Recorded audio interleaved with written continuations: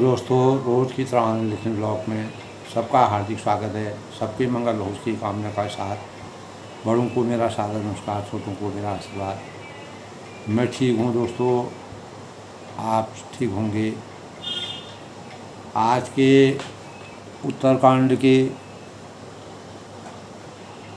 रामचरितमानस में मर्यादा पुरुषोत्तम भगवान रामचंद्र जी की अपने भाइयों को दी जाने वाली सीख और उसके पश्चात उनके अंतर्मन में किस प्रकार की बातों का ज्ञान होता है, मर्यादा और नीति का और अपने संस्कारों को हमेशा के लिए सजीवता के पायदान पर खड़ा करने के लिए हमें मर्यादा पुरुषोत्तम भगवान रामचंद्र जी के आचरण से किस प्रकार के ज्ञान की प्राप्ति होती है। तुलसीदास जी ने दोस्तों रामचरितमानस में उत्तरकांड में खास तौर से ज्ञान की अपेक्षा और भक्ति को सुखदायक और फलदायिनी माना है। और कलयुग में लोग लाभ और अनेक प्रकार के फलों की प्राप्ति के लिए लोभ, क्रोध और स्वार्थ में वशीभूत होने के भावों से ग्रसित होते हैं। माता पिता गुरु का अनादर करने के भाव तुलसीदास जी ने उत्तरकांड में बड़े ही सुंदर ढंग से वर्णन किया है। तब मर्यादा पुरुषोत्तम भगवान राम जी ने हमेशा कहा है कि कपि तव दरस सकल दुख बीते, कपि तव दरस सकल दुख बीते। हनुमान जी पर इस प्रकार की पराकाष्ठा होने के परिणाम स्वरूप रामचंद्र जी को हनुमान जी का जिस प्रकार से परम भक्ति और स्नेह के भावों का संचार हुआ, तब वह कहते हैं कपि तव दरस सकल दुख बीते, मिले आज मोहि राम पीड़िते। तो गोस्वामी तुलसीदास जी ने ऐसे ही वर्णन किया है कि राम राज्य की कल्पना करते हुए राजा के लिए कुछ गुणों का उल्लेख उन्होंने बड़े ही विस्तार से किया है। और लोक है, वेद है द्वारा विहित जो हमारे निहित जो हमारी नीति पर हमको चलना है, मर्यादा पर चलना है, धर्मशील होना है, प्रजापालक होना है, सज्जन एवं उदार होना है, तो स्वभाव का दृढ़ होना, दानशील होना, श्री राम जी के सभी गुण जो हैं इसमें विद्यमान हैं, ऐसा तुलसीदास जी ने वर्णन किया है।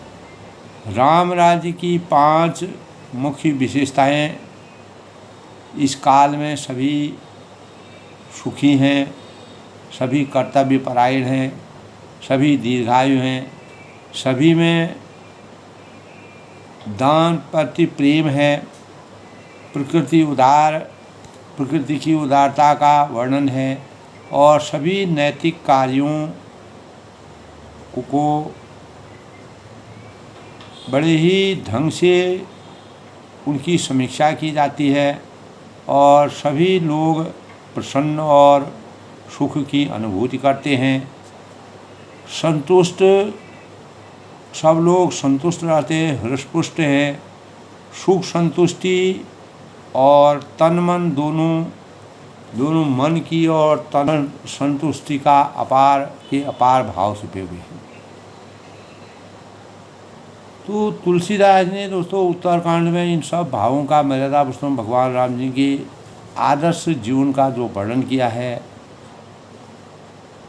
यानी दया है, करुणा है, धर्म है, मर्यादा के मार्ग पर चलने की दिशा है, अनेक प्रकार के गुणों के कारण हैं मर्यादा पुरुषोत्तम कहा गया है। तो इसीलिए उनकी प्रसिद्धि इसलिए है कि हमारे हिंदू संस्कृति में दोस्तों राम द्वारा किया गया, मर्यादा पुरुषोत्तम भगवान राम द्वारा किया गया जो कार्य व आदर्श शासन राम राजा के नाम से प्रसिद्ध हैं। एक ऐसी व्यवस्था जिसमें व्यक्तियों को ही नहीं वरन समस्त प्राणियों को, चाहे चर हो अचर हो, तो समस्त सृष्टि को ही सुख शांति जीवन प्राप्त होने की कल्पना के भाव है और सबका जीवन इसी प्रकार सुखमय व्यतीत होता है। तो योग्य है, कुशल है, प्रशंसक हैं, सकारात्मक भावों से सुशोभित है, धर्मज्ञ हैं, कृतज्ञ हैं, यानी आभारी जो होते हैं, सत्य और दृढ़ प्रतिष्ठा वाले, सदाचारी और आदर्श के मानक मर्यादा पुरुषोत्तम भगवान रामचंद्र जी, जिनका सबसे बड़ा गुण था धैर्यशीलता, धैर्यवान या सहनशीलता की अद्भुत क्षमता, दयालुता के भावों से उन्होंने अनेक राक्षसों के वध करने के बाद भी उनको मोक्ष की प्राप्ति की। जिन्होंने हमेशा रावण ने भी उनके लिए हमेशा बैर भाव रखे, लेकिन उन्हीं बैर भावों के परिणाम स्वरूप उन्होंने अनेक प्रकार की लीला की। उन्हीं लीलाओं में उनका चरित्र इस सृष्टि में हमेशा के लिए उदीयमान हुआ। तो इसीलिए उन्होंने रावण को भी हमेशा के लिए मोक्ष की प्राप्ति इसलिए की कि इस प्रकार की आत्माएं दोबारा इस धरती पर न आए, जिसके परिणाम स्वरूप सृष्टि का हनन होगा, सृष्टि की संरचना सही ढंग से सुसज्जित नहीं होगी, क्योंकि बड़े भाग मानुष तन पावा, मनुष्य शरीर बड़े ही अमूल्य निधि कहलाती है और ये बड़ी किस्मत से मिलती है। देवता लोग भी मानव शरीर धारण करने के लिए अनेक प्रकार के प्रयास करते हैं। हमारे रामचरितमानस में दोनों इस प्रकार के अनेक प्रसंग हैं। तो मर्यादा पुरुषोत्तम भगवान रामचंद्र के नेतृत्व क्षमता, आदर्श भाई, मित्रता के जो गुण थे, आदर्श पति, आदर्श पिता, आदर्श पुत्र और एक आदर्श शासक, नेतृत्व की जिनमें असीम क्षमता थी, दृढ़ प्रतिज्ञा, सदाचारी, तो एक आदर्श समाज के विचार को मर्यादा पुरुषोत्तम भगवान राम जी का जीवन चित्र हमारे चिंतन में इस प्रकार से दर्शनीय होता है, जहाँ हर लोग एक समान आंके जाते हैं, एक ही तराजू में सबके भाव एक समान हैं, न कोई ऊंचा है न कोई नीचा है। न्याय कायम करने की क्षमता, भगवान राम ईश्वर सर्वोत्तम आत्मा और आकर्षण के केंद्र, तुलसीदास जी ने उनको इस प्रकार का स्थान दिया है और इस प्रकार की रचना की है। तो 11,000 साल पहले की दोस्तों रामचरितमानस, मर्यादा पुरुषोत्तम भगवान राम जी की इस प्रकार के प्रसंग मिलते हैं। तो तुलसीदास जी ने इतने पुराने प्रसंगों को समेट करके अपने भावों को जिस प्रकार से व्यक्त किया, वह उत्तरकांड में पूरा जितना उनका ज्ञान था उस अनुसार उन्होंने उनका संपूर्ण विवरण किया। तो दोस्तों इस प्रकार उत्तरकांड में मर्यादा पुरुषोत्तम भगवान राम जी का सार, जीवन का सार, रामचरितमानस के इसका सार और हमारे जीवन के परिवर्तन के लिए एक प्रेरणा स्रोत के रूप में हम हजारों बार रामचरितमानस का पठन करते हैं, लेकिन हम कभी थकते नहीं। क्योंकि हम उन भावों को अपने अंदर सजोने की कोशिश करते हैं, उससे अब उन भावों से अपने मन को मनाते हैं और अनेक प्रकार से हमारे अंतःकरण में शुचिता के भावों का संचार होता है। तो दोस्तों, इस प्रकार दोस्तों आज के रामचरितमानस के उत्तरकांड की प्रस्तावना के संबंध में मैंने अपने भाव व्यक्त किए। एक आदर्श रामचरित का जीवन आदर्श क्यों कहा जाता है, रामचरितमानस से हमको इतना लगाव क्यों है, तो जितना हम इससे लगाव रखेंगे दोस्तों उतना ही हमारा चिंतन बढ़ेगा, हमारे ज्ञान का संचार होगा और हम परमात्मा के उतने ही नज़दीक होंगे। हमारे अंतःकरण में जो महत्वाकांक्षाएं हैं, अपेक्षाएं हैं और अनेक प्रकार के धन लोलुपता के भाव है का अवतरण है, उसमें कमी आएगी, अवरोध होगा और हमारा ध्यान संतुलित जीवन, सारा जीवन उच्च विचार की पराकाष्ठा की ओर अग्रसरित होगा, जिसके परिणाम स्वरूप हम स्वयं के साथ अपने देश की अस्मिता को हमेशा गौरवान्वित करने में सफल होंगे। इसी अनुक्रम में दोस्तों आज के शुभ पंचांग के भावों का अगर हम वर्णन करते हैं तो आज दोस्तों आज का पंचांग आज 22 अगस्त 2024 कृष्ण पक्ष की तृतीया तिथि, भाद्र मास के कृष्ण पक्ष की तृतीया तिथि, गुरुवार का दिन, चंद्रमा आज रात दिन दोस्तों कुंभ राशि में विराजमान कर रहेंगे। आज के शुभ मुहूर्त की अगर बात करें तो अभिजीत मुहूर्त दोस्तों 11:50 से 12:43 तक, आज का ब्रह्म मुहूर्त 5:08 से 4:07 से 5:08 तक, आज का अमृतकाल दोस्तों 6:05 से 7:53 तक, राहु काल आज जिसके दौरान किसी भी शुभ कार्य को करना वर्जित माना गया है 2:01 से 3:18 तक सायं, आज का सूर्योदय 5:54 पर होगा और सूर्यास्त जो है 6:54। इस प्रकार दोस्तों आज के सूक्ष्म पंचांग की रचना है। तो इसी अनुक्रम में दोस्तों आज गुरुवार का दिन है। तो गुरु का मतलब होता है दोस्तों अज्ञान रूपी अंधकार से ज्ञान रूपी प्रकाश के मानक, बुराइयों से अच्छाइयों की ओर अग्रसित करने के जो प्रेरणा स्रोत के रूप में है वह हमारे जीवन में गुरु के रूप में अवतरित हुए। तो इसीलिए कहा है गुरु ब्रह्मा गुरु विष्णु गुरुदेवो महेश्वरो गुरु साक्षात परम ब्रह्म तस्मै श्री गुरुवे नमः। गुरु गोविंद दोनों खड़े काके लागू पाएँ, बलिहारी गुरु आपनो गोविंद यो बताए। तो गुरु की महिमा का इस प्रकार से आशीर्वाद है। गुरु बिन ज्ञान न होत है, गुरु बिन दिशा न अजान, गुरु बिन इंद्र न सधे, गुरु बिन बे बड़े न मान। गुरु मन में बैठत सदा, गुरु है भ्रम का काल, गुरु अवगुण की को मिटे सभी भ्रमजाल।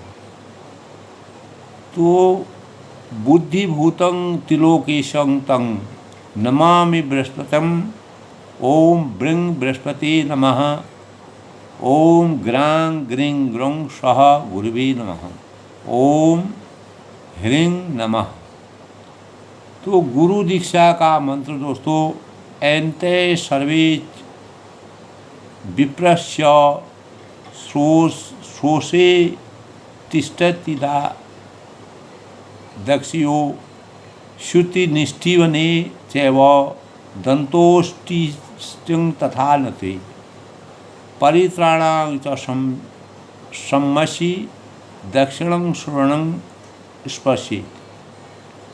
तो गुरु की महिमा का जिस प्रकार से वर्णन हमारे साहित्यों में मिलता है और गुरु शंकराचार्य ने भी दोस्तों गुरु का अर्थ अंधकार को दूर करके ज्ञान के संचार की पराकाष्ठा को बताया। गुरु मंत्र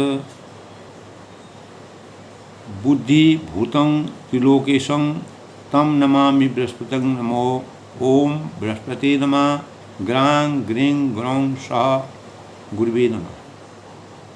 ओम ह्रीं नमः। गुरु मंत्र से अमंगल भी मंगल में अवतरित हो जाते हैं, परिवर्तित हो जाते हैं। और राजा राज मंत्रों में दोस्तों जो हम रोज के दैनिक रूप में हम एक दूसरे को नमस्कार करते हैं, तो महामंत्र यह मुनि रत्न कुमार जी ने कहा था। तो इसी के परिणाम स्वरूप हमारे जीवन के लिए गुरु का मंत्र बना ओम ग्रां ग्रीं ग्रौं गुरुवे नमः। सबसे श्रद्धा भाव और गुरु मंत्र विश्वास है, श्रद्धा है, भाव को अपनाना चाहिए, सदा के भावों को अपनाना चाहिए, विनम्रता और उनका विनम्रता के साथ सभी प्रकार के भावों का पालन करना।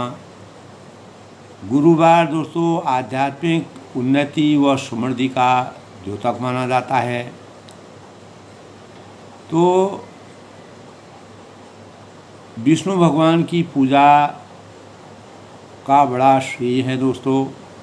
कदली के पेड़ की पूजा करना, जल अर्पित करना, दीपक जलाना, क्योंकि कदली के पेड़ में विष्णु भगवान का वास मनाया गया है। विष्णु और सरस्वती माता की कृपा से हमको गुरु ज्ञान की प्राप्ति होती है। तो रामचरितमानस में भी दोस्तों बृहस्पति देव जो है वह अनेक प्रकार के जब सरस्वती को आशीर्वाद देते हैं, तो इसी प्रकार जो है सरस्वती माँ अनेकों हृदयों में विराजमान होकर के रामचरितमानस की पराकाष्ठा को और भगवान राम जिस प्रकार की लीला मानव रूप में उन्होंने अवतरित की, उस लीला के लिए उन्होंने सरस्वती की सहायता ली और विष्णु मंत्रना के अनुसार ओम नारायण वासुदेवाय का विष्णु भगवान का पूजन करना चाहिए। विष्णु भगवान को पीले कपड़े, पीले वस्त्र, पीले फूल और पीले फल अर्पित करने चाहिए। और विष्णु भगवान दोस्तों कदली का यानी केले का भोग लगाना और गुरुवार के दिन केला खाना वर्जित माना गया है जब तक हम पूजन पाठ नहीं करते हैं। हमारे शास्त्रों में है दोस्तों, क्योंकि हम उसी की पूजा करते हैं। विष्णु भगवान का वास कदली के पेड़ में माना गया है। तो आस्था अगर हमारे अंतःकरण में विराजती है, गुरु के ज्ञान से विष्णु भगवान इस संसार के, इस सृष्टि के रचयिता भी है। ब्रह्मा विष्णु महेश सदा भुवानी दायिनी, सिद्धि करे गणेश, 5 देव रक्षा करे ब्रह्मा विष्णु महेश। तो पांचों की रक्षा सूत्र में जब हम बस जाते हैं तो हमारा जीवन कृतार्थ हो जाता है, हम धन्य हो जाते हैं। तो भगवान रामचंद्र ने तब अंतो गत्वा दोस्तों जब तब ते हृदय विचारा जोग यज्ञ व्रत दान जा कहूँ करे सो पेरहूँ धर्म नहीं समान। यानी जब मैंने हृदय में विचार किया कि जिसके लिए योग यज्ञ व्रत और दान किए जाते हैं उसे मैं इसी कर्म से पा जाऊंगा, तब तो इसके समान दूसरा कोई भी धर्म नहीं। यानी जब मैं उसे सूर्यवंश की पुरोहिती का काम नहीं लेता हूँ, तब ब्रह्मा जी ने मुझे कहा था कि हे पुत्र, इससे तुमको आगे चलकर बहुत लाभ होगा। स्वयं ब्रह्म परमात्मा मनुष्य रूप धारण करके रघुकुल के भूषण राजा होंगे। तो रघुकुल के भूषण जो है वही जो ब्रह्मा थे वही परमात्मा के रूप में आकर के रामचंद्र के रूप में दशरथ जी के घर में जन्मे। तो तब शिव जी कहते हैं कि तब सभी भाई और प्रजा लोग रामचंद्र की महिमा जब वह उनको सीख देते हैं किस प्रकार से हमको मर्यादा की रक्षा करनी चाहिए, अपने कुल की बढ़ाई के लिए, कुल की रक्षा के लिए किस प्रकार से आगे बढ़ना चाहिए, ज्ञान की सबसे बड़ी पराकाष्ठा क्या है, संत और असंत, दुष्ट और सज्जनों के बीच में किस प्रकार के प्रसंग होते हैं, कैसे संतों का स्वभाव होता है और कैसे दुष्टों का स्वभाव होता है, दोनों की परख हमको कैसे करनी चाहिए। तो संतों के स्वभाव में क्या वास्तविकता है और जो दुष्ट होते हैं वह किस प्रकार से समाज को विषाक्त करते हैं, इस संबंध में उन्होंने पूरा समीचीन वर्णन किया है। तो तब वह कहते हैं कि असुरों के शत्रु मर्यादा पुरुषोत्तम भगवान रामचंद्र जी जगत के बिना यानी निस्वार्थ उपकार करने वाले तो इस संसार में दो ही है, एक तो परम ब्रह्म परमेश्वर भगवान राम जी, दूसरे उनके सेवक। यानी जो उनकी सेवा भाव में रात दिन लगे रहते हैं वही मानव जीवन को आगे बढ़ाने का कार्य कर सकते हैं, वही सृष्टि की सही संरचना कर सकते हैं। और इस संसार में सभी स्वार्थ के मित्र हैं, स्वार्थ देख करई सब प्रीति। तो हे प्रभु, इनमें स्वप्न में भी परमार्थ जो है का भाव सच्चे मन से नहीं होता है। तो अधिकतर लोग जो है स्वार्थ के भाव में अपने जीवन को बिता करके अपने जीवन को बिताते हैं, अपने जीवन को उदात्त बनाने की कोशिश करते हैं, अनेक प्रकार के सुभोगों का सेवन करना चाहते हैं। तो सबके प्रेम रस में सने हुए वचन सुनकर तब मर्यादा पुरुषोत्तम भगवान राम जी ने अपने भाइयों, सहोदर भाइयों, जिन्होंने पूरा रामचंद्र जी के सीख को सुना, उनके आदेशों को सुना, उनके भावों को सुना, उनके विचारों का अपने अंतर्मन में ध्यान लगाया, संतों और असंतों के बीच में किस प्रकार का अंतर होता है, कैसे हमें संत प्राप्त होते हैं, संतों की प्राप्ति से हमारे जीवन में जो सच्चे संत होते हैं और जो असंत होते हैं दोस्तों, बाहरी आवरण में वह बहुत सुंदर लगते हैं लेकिन अंदर से बहुत ही कठोर होते हैं, देखने में छोटों लोगों घाव करे गंभीर। तो ऐसे उनके अंतर्मन में बातें छुपी रहती हैं। तो असुरों के शत्रु और जगत में बिना निस्वार्थ उपकार करने वाले केवल इस संसार में दो हैं, एक परमात्मा और दूसरे उनके सेवक, जो उनकी सेवा में रात दिन लगे रहते हैं, उनके अनुकरण करते हैं, उनके अनुसार अपने जीवन को यापन करते हैं। तो सबके प्रेम रस में सने हुए इस प्रकार के वचन सुनकर मर्यादा पुरुषोत्तम भगवान राम जी ने के हृदय में अपार हर्ष की अनुभूति हुई। आज्ञा पाकर सब प्रभु की सुंदर बातचीत का वर्णन करते हुए अपने अपने घर गए। तो सभी लोग अज्ञान रूपी अंधकार से ज्ञान रूपी प्रकाश में प्रकाश का रसास्वादन करके तब शिव जी उमा से कहते हैं कि उमा, क्योंकि भगवान राम जी कहते हैं कि बिना शिव की साधना के संदेश है कि औरों एक गुप्त मतो, औरों एक गुप्त मतो सबई कहूँ पर जोर, शंकर भजन बिना न रहो भगत न पावे मोर। औरों एक गुप्त मतो सबई कहूँ कर जोर, शंकर भजन बिना न रहो भगत न पावे मोर। यानी बिना शंकर जी के भजन के बिना मनुष्य मेरी भक्ति कितना भी करे, उस भक्ति का प्रसाद वो प्राप्त नहीं कर सकता, क्योंकि यही मेरा गुप्त रहस्य है। और उसे सबसे हाथ जोड़कर मैं विनती करता हूँ कि जो भी मेरा सच्चा सेवक बनना चाहता है, जो मेरा भक्त बनना चाहता है, उसको सबसे पहले शंकर जी का आशीर्वाद प्राप्त होना चाहिए। शंकर जी की भक्ति मेरी भक्ति से बढ़कर है।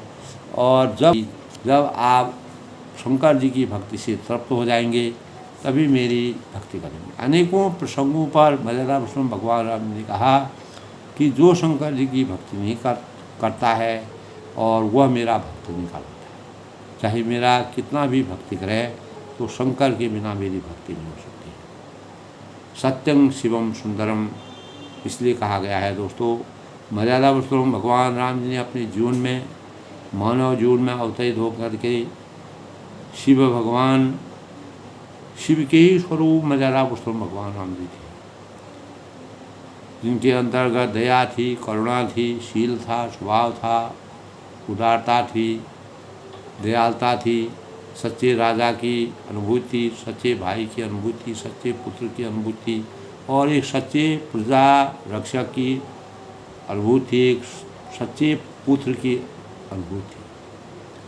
तो इस प्रकार जो है रामचरितमानस के कल के प्रसंग में दोस्तों, तब उन्होंने कहा कि मेरा यह गुप्त रहस्य है, हे भगवान, यानी राम सुनऊ मनि कह जोरी, कृपा सिंधु बिनती कर मोरी, देख देख आचरण तुम्हारा, बोध मोह मन हृदय पारा।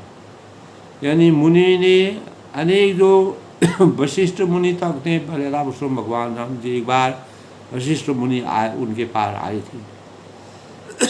एक बार वशिष्ठ मुनि आए, जहाँ राम सुखधाम सुहाए, अति आदर रघुनायक कीना, पद पखार पादो दग दीना लीना।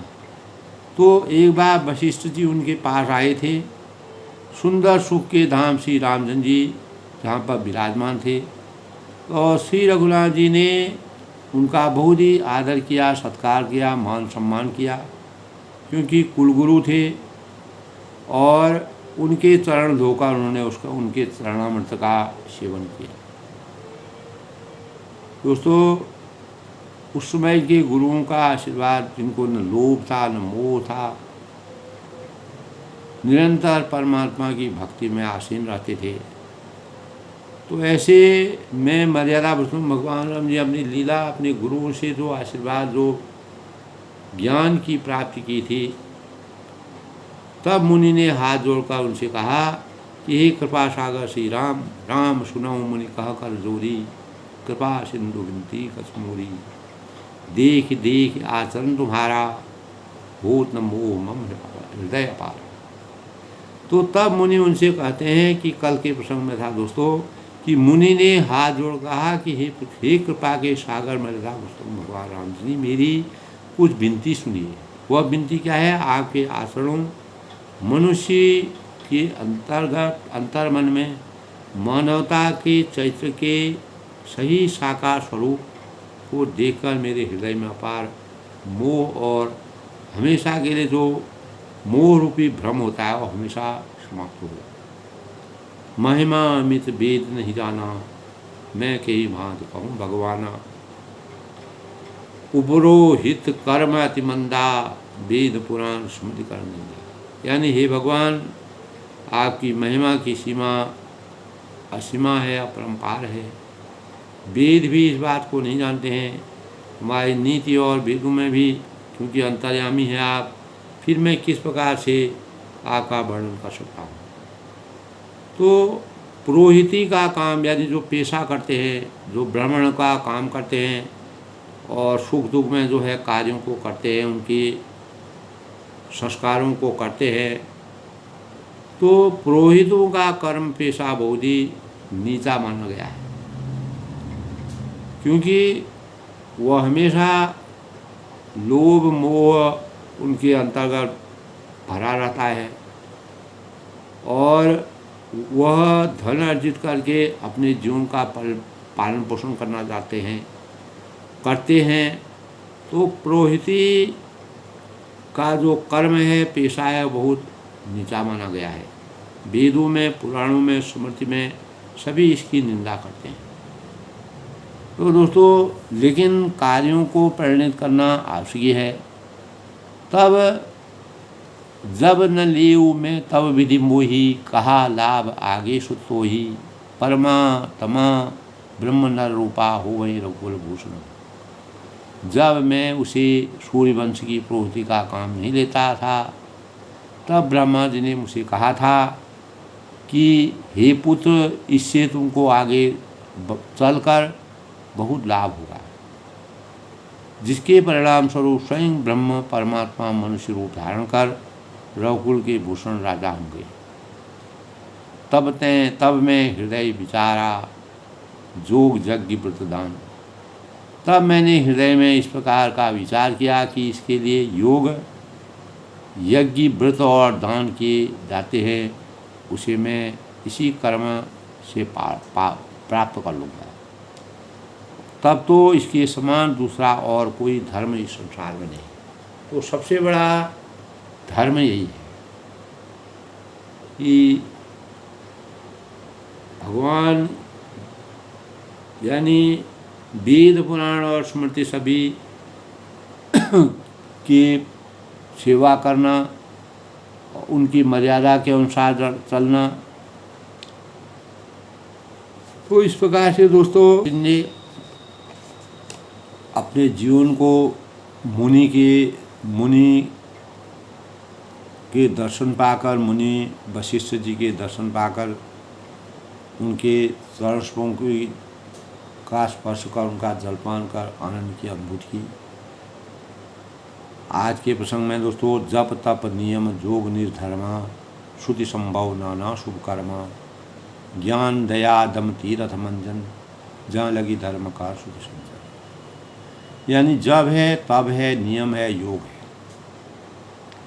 अपने अपने वर्णाश्रमों में धर्म श्रुतियों से उत्पन्न वेद विदित जो है, वेद विहित जो है, बहुत से शुभ कर्म, ज्ञान, दया, दम यानी इंद्रियों का निग्रह जो होता है, तीर्थ स्नान आदि, जहाँ तक वेद और संत जनों के धर्म कहे जाते हैं, उनके करने का तो जब है तब है, नियम है, जोग है, निज है, धर्मा है। जब तब नियम योग अपने अपने वर्णाश्रम के धर्म सूत्रों के उत्पन्न बहुत से शुभ कर्म, ज्ञान, दया, इंद्रिय निग्रह, तीर्थ स्थान आदि, जहाँ तक वेद और संतों के धर्म कहे जाते हैं, यही हमारे वेदों की संरचना है कि हम अपने सही धर्म का अनुसरण कैसे कर सकते हैं।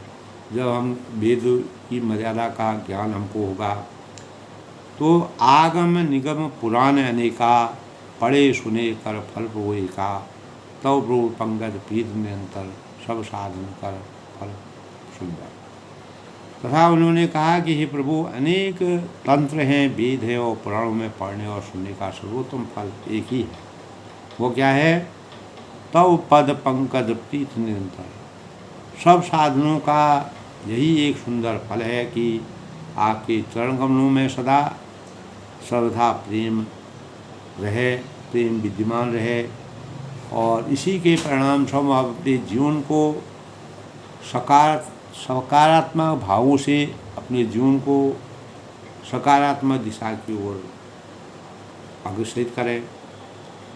तो छूटत मल की मल ही के धोवे, घृत की पाव कोई बार बिलोवे, प्रेम भगत जल बिनु रघुराई, अभी अंतर मल कबहु न जाए। तो मैले के से धोने के कारण मैल छूटता है। जब हमारे कपड़ों में या किसी वस्तु में गंदा लगा रहता है तो उसको जब हम उसको मिटाने की कोशिश करते हैं, उसको छुड़ाते हैं, तब वह छूट जाता है। और घृत की पाव कोई बार बिलोए, और जल के मतने से, यानी जल के मतने से कोई घी पा सकता है, नहीं पा सकता है। जब हम उसमें दही नहीं डालेंगे, जब तक दही को मथेंगे नहीं, तब तक हम घी नहीं प्राप्त कर सकते। तो खाली अगर हम जल को मथेंगे तो हमारे लिए वह बेकार हो जाएगा, उसका कोई रहस्य नहीं रहेगा। छूटई मल की मल ही की धोवे, मैले के धोने से क्या मैला छूटता है। तो जब तक हम उसमें किसी चीज़ का प्रयोग नहीं करेंगे, साबुन का प्रयोग नहीं करेंगे, तो मैला नहीं दूर होगा। और घृत की पाव कोई बार बिलोई, जल के मतने से क्या कोई घी पा सकता है, नहीं पा सकता है, जब तक हम उसमें दही नहीं डालेंगे। तो कहने का भाव यह है कि दोस्तों, प्रेम भगत जल बिनु रघुराई। उसी प्रकार हे रघुनाथ जी, प्रेम भक्ति रूपी निर्मल जल के बिना अंतःकरण का मैल कभी भी समाप्त नहीं हो सकता। तो ज्ञान रूपी जो जल, यानी जो मथने हमारा दही है, वह उसको हम मथने के बाद ज्ञान रूपी मक्खन निकालते हैं। तो उसी प्रकार जो भक्ति में पूर्ण रूप से प्रेम भक्ति की में निर्मल भावों की का संचार रहता है और अंतःकरण का मल कभी नहीं छूटता है। तो अंतःकरण का मल तभी छूटेगा जब हम प्रेम रूपी भक्ति का वास्तविक ज्ञान का संचार करके अपने जीवन को चरितार्थ करेंगे।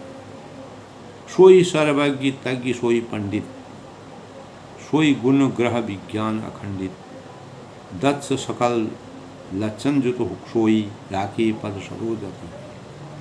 यानी सोई सर्वज्ञ तज्ञ सोई पंडित, वही सर्वज्ञ है, वही तत्वज्ञ है, तत्व का निर्माता, तत्व ज्ञान का वेता है, और वही पंडित है। पोथी पढ़ पढ़ पंडित भया, गया न मन का भैम। तो ऐसे पंडित होने से कोई फायदा नहीं है जब तक हम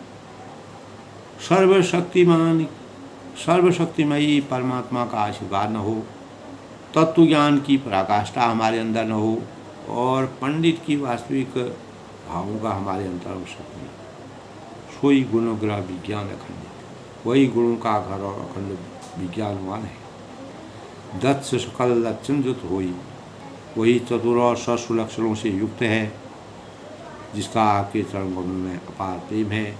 जाके पद सरोरति हुई, जिनका आपके चरण कमल में अपार स्नेह है और ध्यान है, जीवन में कर सकता है, और अज्ञान रूपी अंधकार से ज्ञान रूपी प्रकाश का संचार कर सकता है।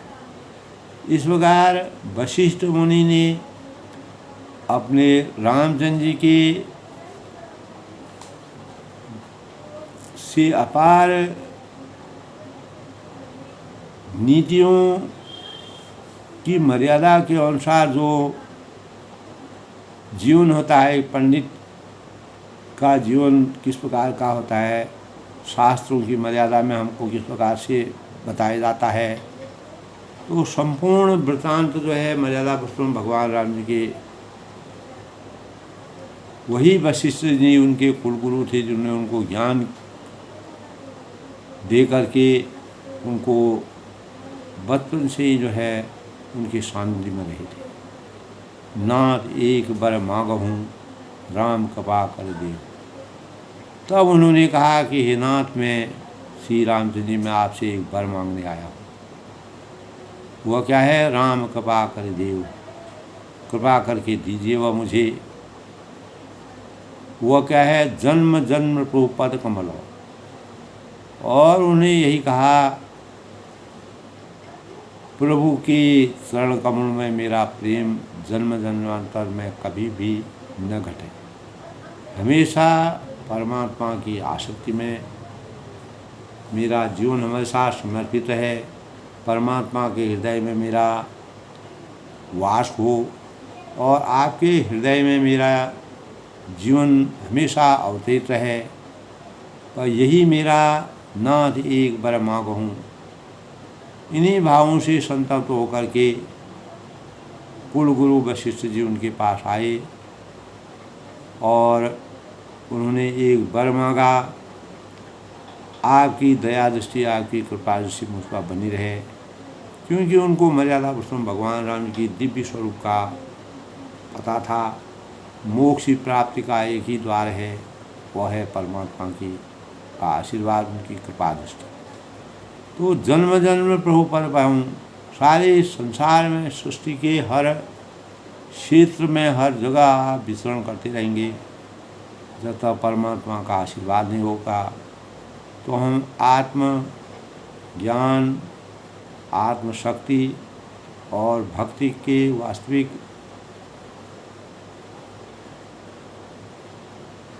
स्वरूप का ध्यान नहीं लगा सकते हैं। जब हमारे अंदर नाम जप न हो तो परमात्मा के नाम जप के लिए उनकी कृपा दृष्टि होना बहुत ही परम आवश्यक है।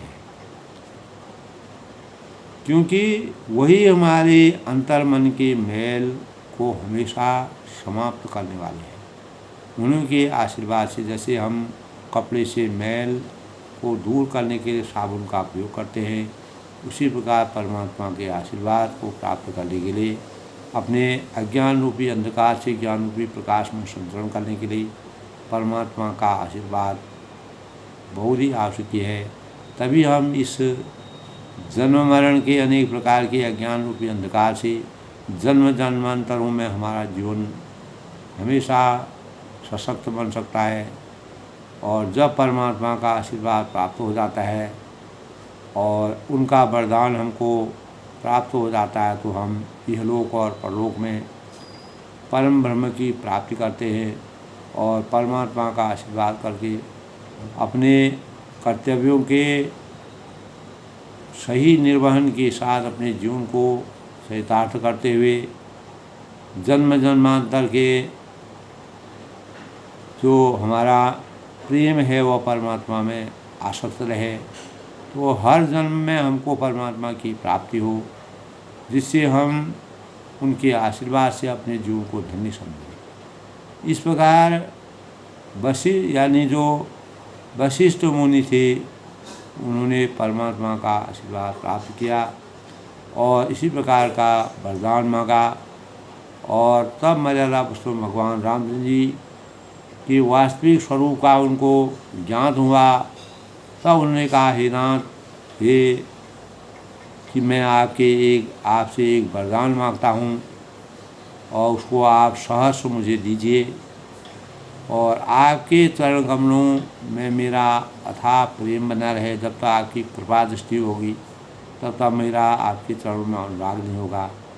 जब आप जिस प्रकार हनुमान जी को भगवान राम जी ने अमृत्यु के का वरदान दिया, जिसके परिणामस्वरूप हनुमान जी हमेशा के लिए इस सृष्टि में अवतरित होते हैं, कलयुग के देवता कहलाते हैं। तो ये मर्यादा पुरुषोत्तम भगवान राम जी का उन पर आशीर्वाद था। तो उनके चरण कमलों में अगर हमारा प्रेम हो जाएगा तो हमारे जन्म जन्मांतरों के अनेकों यानी 83,09,999 जो हमारी योनियाँ होती है, उन योनियों में जो है हम इधर उधर भटकने के बजाय परमात्मा की भक्ति में हर किसी भी रूप में इस संसार में आए तो हमेशा परमात्मा के शरण में रहे इस प्रकार का ये भावों से वशिष्ठ ने मर्यादा पुरुषोत्तम भगवान राम जी का आशीर्वाद प्राप्त किया, उनसे प्रार्थना की, करबद्ध उनका आशीर्वाद दिया और भक्ति उनके चरणों में उनकी भक्ति का स्वरूप किस प्रकार से जन्म जन्मांतरों के जीवन को वह हमेशा के लिए धन्य बनाने में सफल हुए। तो मर्यादा पुरुषोत्तम भगवान राम जी का उनको आशीर्वाद प्राप्त हुआ। इसी प्रकार दोस्तों आज की प्रसंग में अपनी वाणी को विराम देते हुए हमें अपने जीवन को अगर सही मार्ग पर अग्रसित करना है तो मर्यादा पुरुषोत्तम भगवान राम जी जिस प्रकार के आदर्शों का मैंने आज के प्रसंग में वर्णन किया है उसी अनुरूप हमको अपने जीवन को बनाना चाहिए, जिससे हम इहलोक और परलोक में किसी प्रकार के कष्टों से दूर रह कर के परमात्मा के चरण कमलों के आशीर्वाद प्राप्त करें। जिस प्रकार वशिष्ठ जी ने अपने जन्म जन्मांतरों के लिए अपने पुण्यों को कमा करके धन्यवाद का आशीर्वाद प्राप्त किया, तो इसी प्रकार प्रत्येक मानव को अपने जीवन को चरितार्थ करने के लिए, जीवन को उजागर करने के लिए, जीवन को अज्ञान रूपी अंधकार से ज्ञान रूपी प्रकाश की ओर अग्रसरित करने के लिए मन, वचन और कर्म वाणी से परमात्मा के प्रति आसक्त रहना चाहिए। श्रद्धा भावों के सही निर्वहन से हमारे जीवन में किस प्रकार के परिवर्तन होते हैं, हमारा जीवन किस प्रकार विलक्षण बन जाता है, वह परमात्मा के हमारे द्वारा की गई भक्ति, हमारे द्वारा जो श्रद्धा भाव है वह परमात्मा के प्रति उतना है, क्योंकि परमात्मा हमारे घट में, हमारे अंतःकरण में निवास करते हैं। उनको हम किस प्रकार से वास्तविक भक्ति का एहसास करके अपने जीवन को प्रकाशित करना चाहते हैं, वह हमारे अंदर निहित है। तो दोस्तों इस प्रकार से सबके मंगल भविष्य की कामना के साथ भगवान रामचंद्र जी का आशीर्वाद सभी बना रहे, सब खुश रहे, प्रसन्न रहे, अपने जीवन को पूर्ण बनाएं।